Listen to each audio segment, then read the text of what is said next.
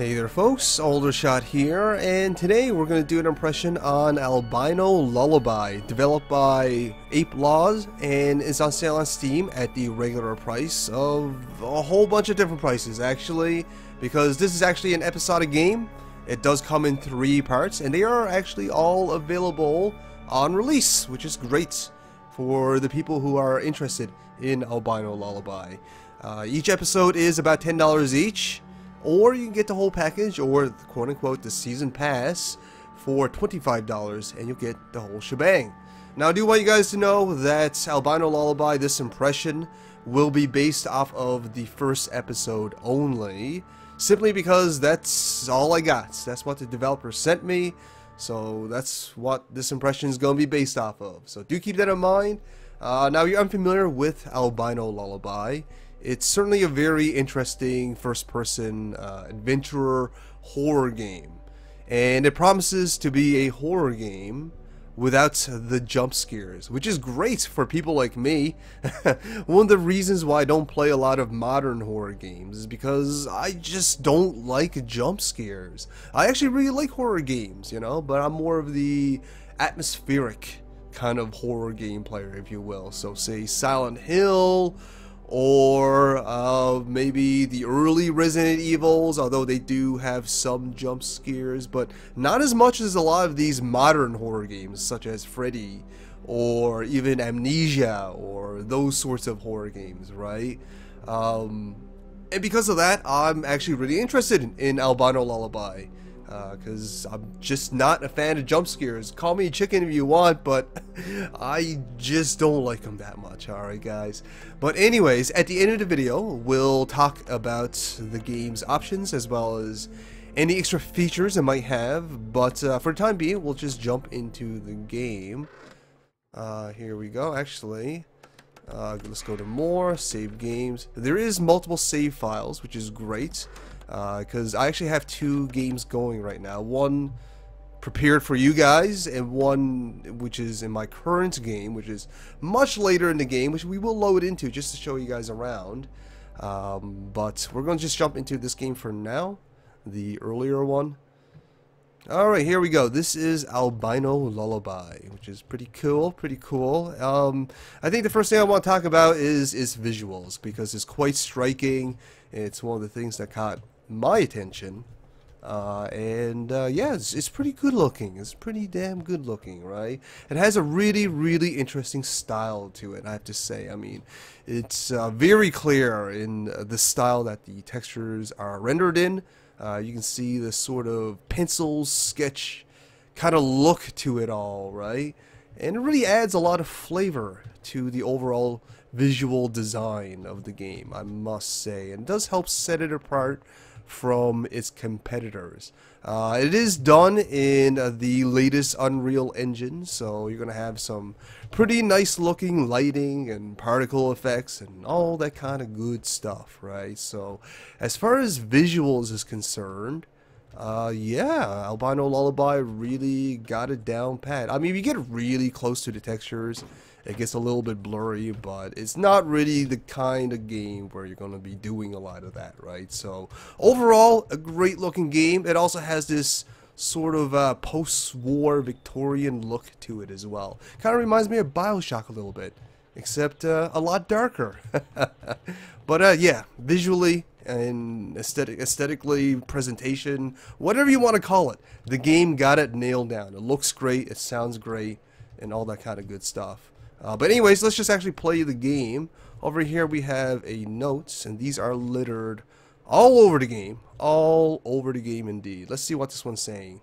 They'll never get us down here, never cut away at our shell and suck out our meat. They'll never forgive us. They'll remember when they see us. They'll all see us one day. But for now, we lay where their eyes don't go.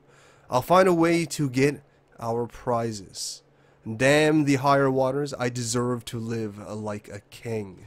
That's pretty interesting, I guess. Most of these notes are mostly nonsensical. They don't really relate to too much with what you actually have to be doing in the current objective of whatever level or map you're playing on.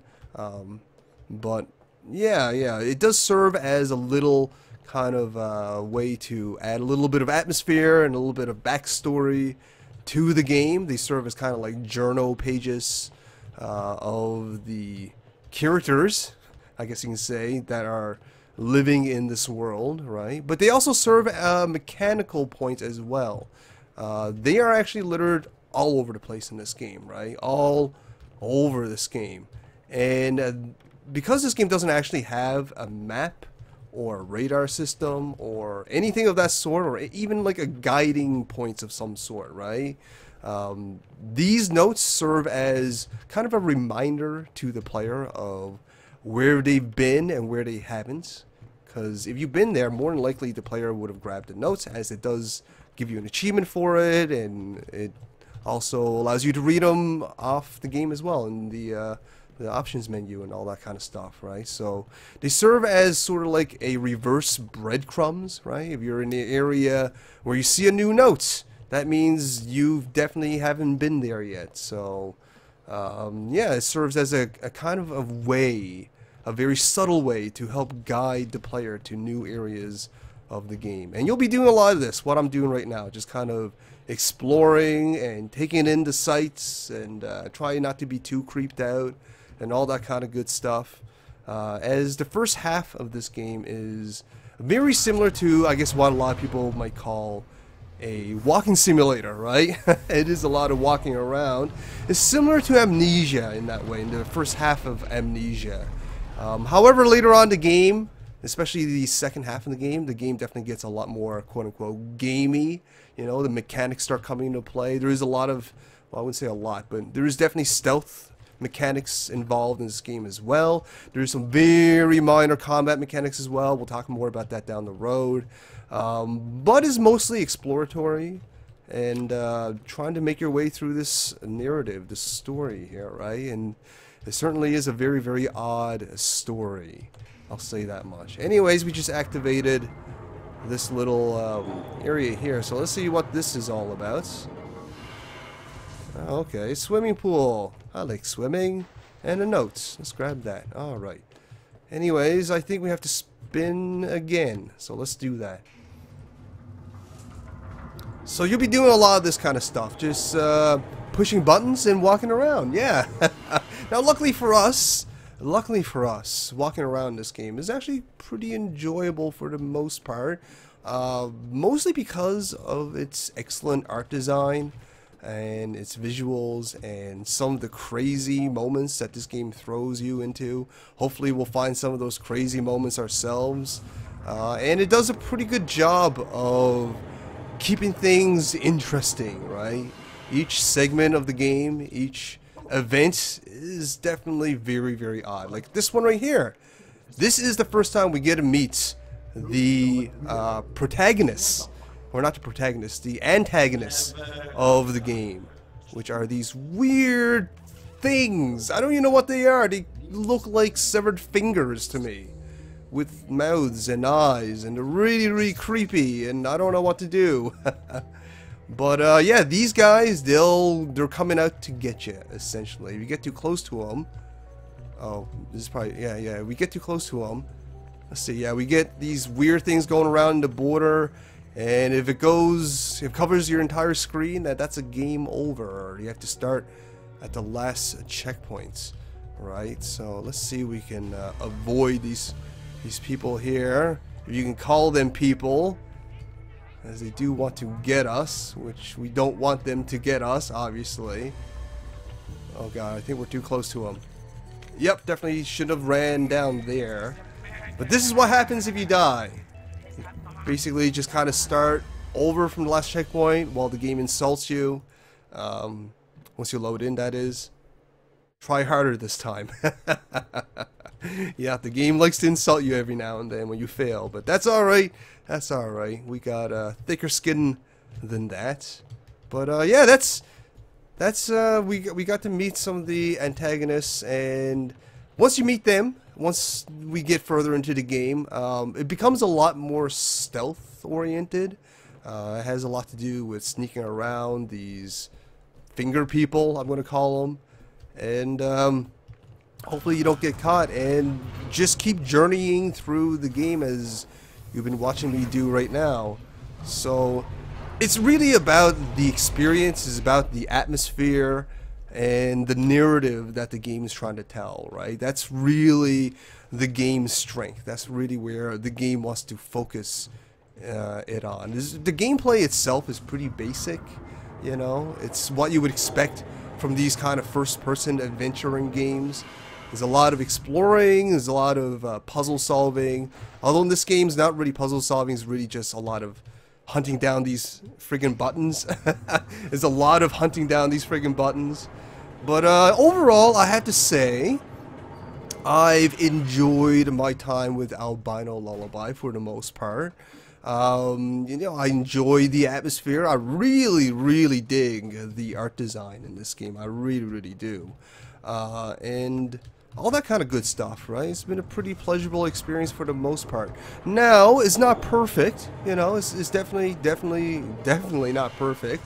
The biggest issue I have with Albino Lullaby currently actually is definitely its performance, right? Like right now it's fine, it's running at above 60 frames, there's no real bugs or anything like that, there's no game-breaking bugs I've ever ran into. However, later on in the game, and even in the middle segments of the game, you start seeing more and more frame drops. I don't know what it is, but the later half of this game is not very well optimized. It just really isn't. To the point where I couldn't finish the first episode because the last part of this game is absolutely horrendous in its frame count. Like, I was getting frames below the 10s, right? It got that bad, so I just turned it off. I couldn't deal with it, right? So I never finished the first episode. And you'll see that once I load into my later game, which I'll definitely show you guys. So that's a huge issue. This game definitely suffers from a lot of performance issues, mostly with optimization. I mean, it's not buggy. I never had any crashes. I never had any game-breaking bugs that, you know, made me restart for no good reason. It's just performance issues. It needs to be optimized. Luckily, these things can be patched, and hopefully the developers are aware of it enough that they will patch it down the road.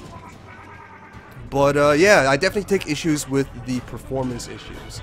Now, I talked a lot of good things and nice things about the game in the beginning and all that kind of stuff. Ooh, this is a pretty weird part of the game. I'm glad I can show you. The game likes to play with gravity sometimes as well. Okay, maybe not this time. Alright, we're down here in apparently the basement. But anyways, the game's not perfect, even though I said I did enjoy my overall experience. Even though I couldn't finish the game because of performance issues. When the game later on, especially in the second half, when it gets quote-unquote more gamey and less walking simulator, where the stealth aspect of the game becomes a lot more prevalent, it gets a lot more frustrating, right? Like, the stealth isn't incredibly well designed. It's very basic, you know, just stay out of enemy sights, and if they see you, just run away from them. They're pretty slow anyways. But the difficulty spike is enormous. It went from walking simulator to I'm restarting 3, 4, 5, 6 times over in certain segments, right? And I don't understand why. Well, I do understand why. It's because it's just, I don't know, it didn't pace its difficulty very well. So it was very unexpected to see suddenly there's a challenge level to Albino Lullaby, where there wasn't one, where it was just very relaxing and kind of a slow-paced, kind of exploratory experience. Now, right now, you're probably seeing some frame skipping. This is, for once, not my recording. This is the game starting to show its unoptimized state, right? So this is just a small example of some of the performance issues that this game is suffering from, which is a bit unfortunate. But yeah, that's really my two biggest complaints. Is the first one is definitely performance, right? The other one is its sudden spike in difficulty, right? It didn't pace itself very well as far as presenting a challenge level. It just went from flat to enormous, and then it kind of teeters down a little bit afterwards as well. So that's kind of interesting. So I think the game could have paced itself as far as challenge is concerned a little bit better. That'll definitely be another critique I would have for Albino Lullaby. But other than that, I enjoyed most of the game, I have to say. You know, again, I'm definitely looking forward to finishing episode 1.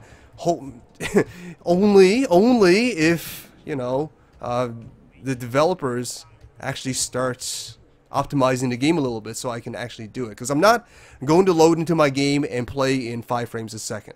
I'm just not doing that. And by the way, we're entering into some stealth segments now, so I can show you a little bit of that.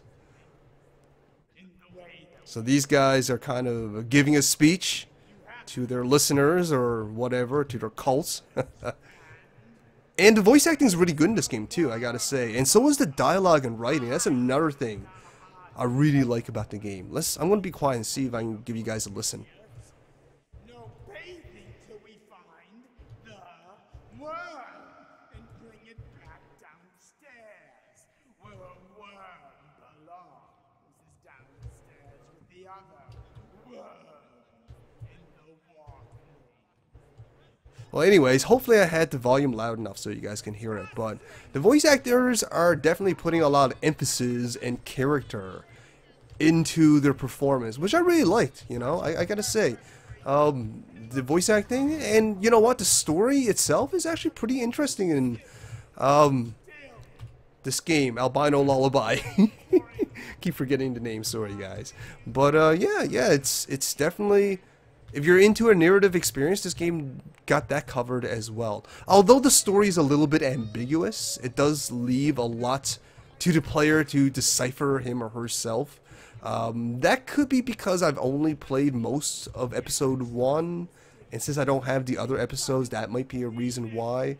But in episode 1, that is the case. It is very, very, you know, cryptic in what the story is actually about.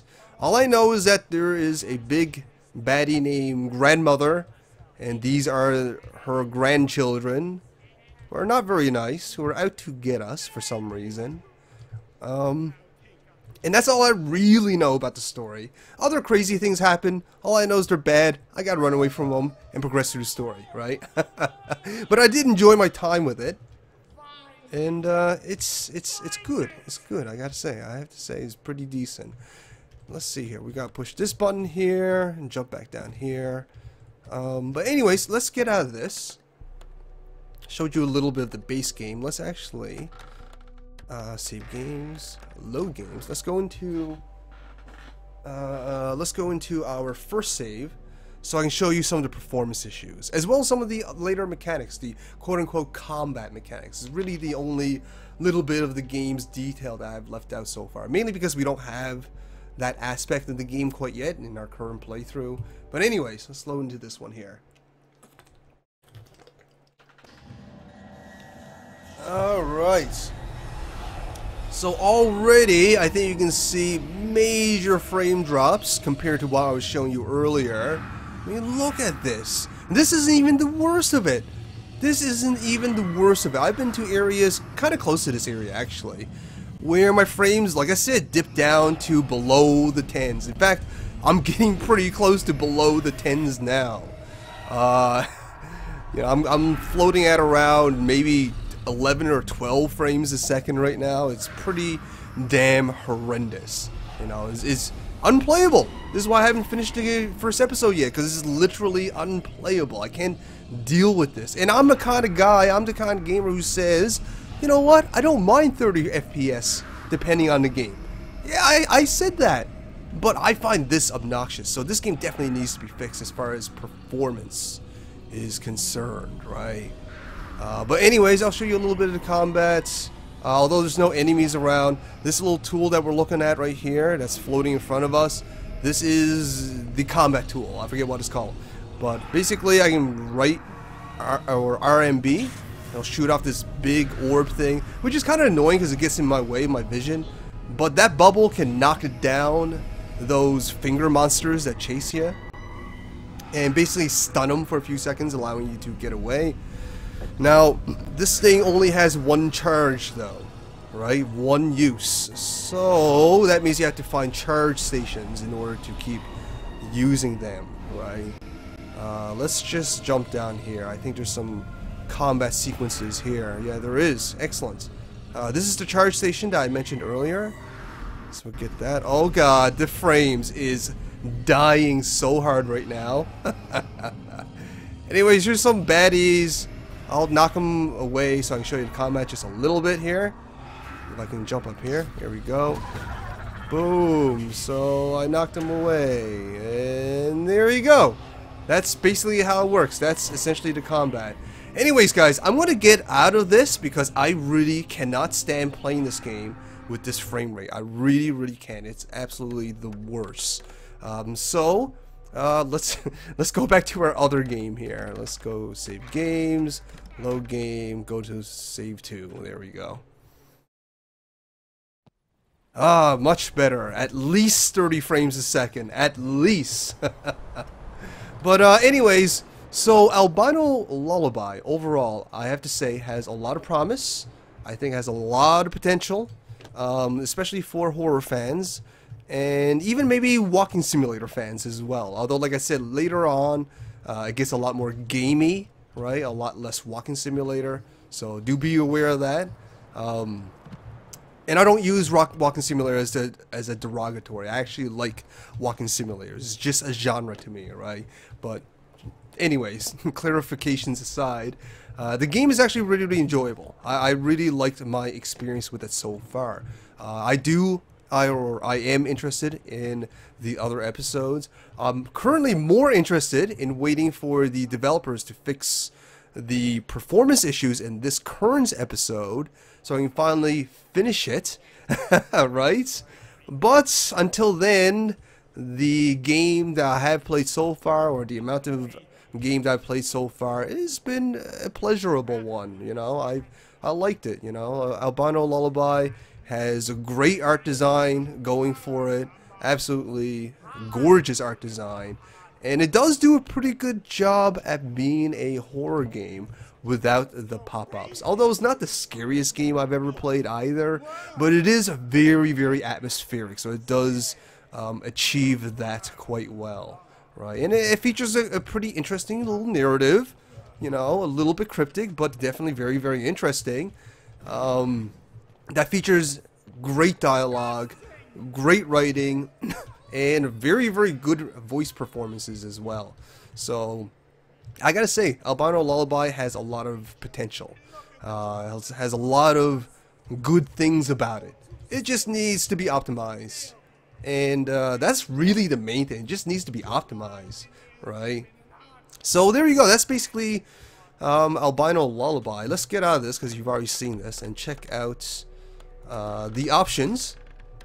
So in graphics, not overly robust or not robust at all. You just have your resolution, full screen or not, gamma, and field of view. At least has field of view, but doesn't have anti-aliasing or VSync or any of that fancy doodads. It's just very, very basic stuff, really.